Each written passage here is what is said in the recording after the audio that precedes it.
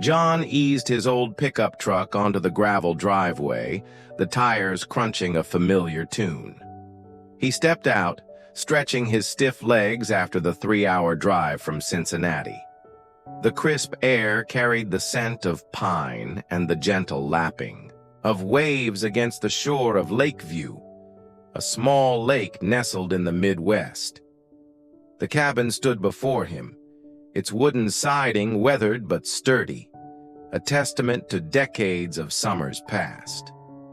The porch still held those creaky rocking chairs, and the swing dangled from the oak tree, swaying slightly in the breeze. He inhaled deeply, letting the memories flood back. This was their place, the spot where he and his high school buddies had spent countless weekends in the 60s and 70s, laughing, dreaming, and occasionally getting into trouble. It had been over 20 years since their last gathering here, and now, at 68, John felt a tug of anticipation mixed with something bittersweet. The rumble of another engine broke his reverie. A sleek black SUV pulled up, and out stepped Mike, his broad grin as infectious as ever. "John! Man, it's been too damn long!" Mike called, striding over to envelop John in a bear hug. "Too long indeed," John chuckled, clapping Mike on the back. "Good to see you, old man." Minutes later, a silver sedan rolled in, and Susan and Linda emerged, their laughter ringing out as they spotted the guys. Hugs were exchanged, each one laced with the warmth of decades of friendship. The four of them, John, Mike, Susan, and Linda, had grown up together in this sleepy town, their lives intertwined since the days of bell-bottoms and Beatles records. They hauled their bags into the cabin, the wooden floor creaking underfoot. The interior smelled of cedar and faintly of mothballs, a time capsule of their youth. After unpacking, they gathered on the porch with drinks in hand, John with a beer, Mike with a bourbon, Susan with a glass of white wine, and Linda with her trusty herbal tea.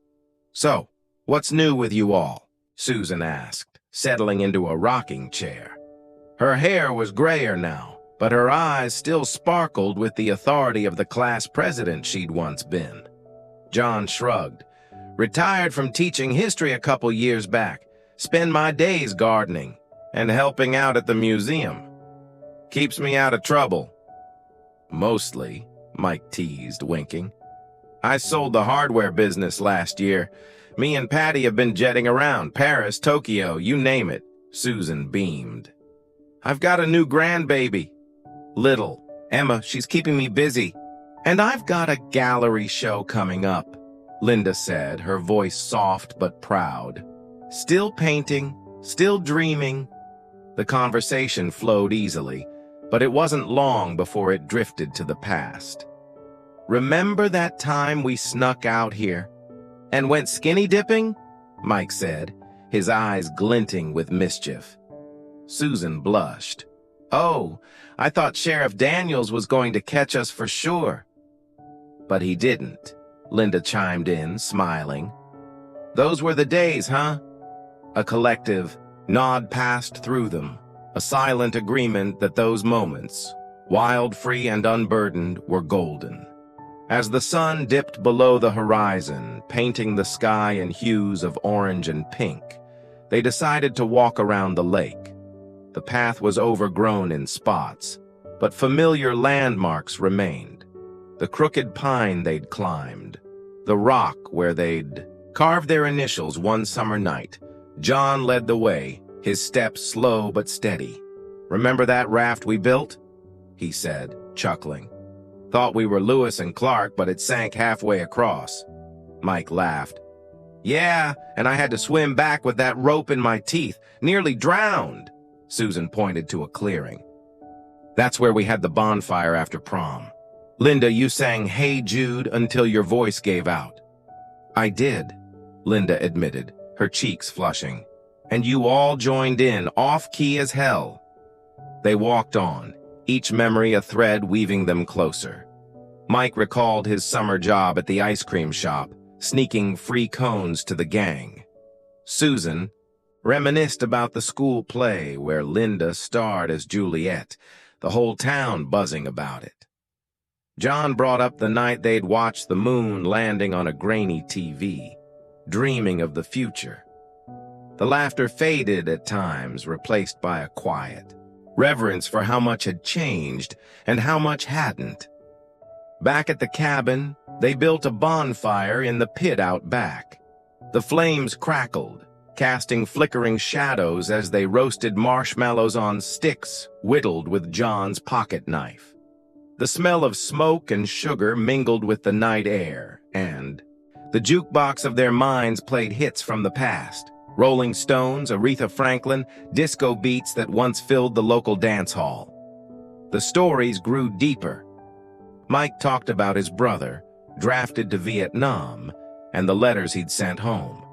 John shared how teaching had kept him connected to those turbulent years, the civil rights marches, the protests. Linda spoke of her art, how it captured the colors of their youth. Then Susan grew quiet, her hands trembling slightly around her marshmallow stick.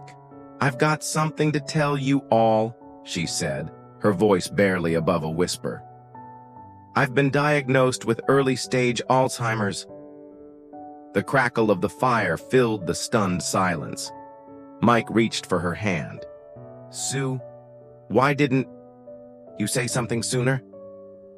"I didn't want to burden you," she admitted, tears glistening. "But being here with you all, I realized I needed to share it. You're my oldest friends."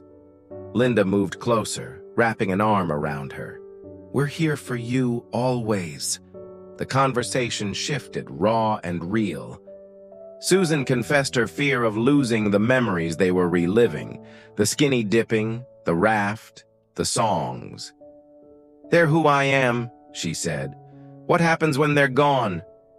"They're not gone yet," John said firmly.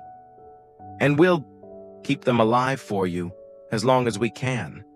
They stayed by the fire late into the night, holding on to each other and the past, the flames a beacon against the encroaching dark.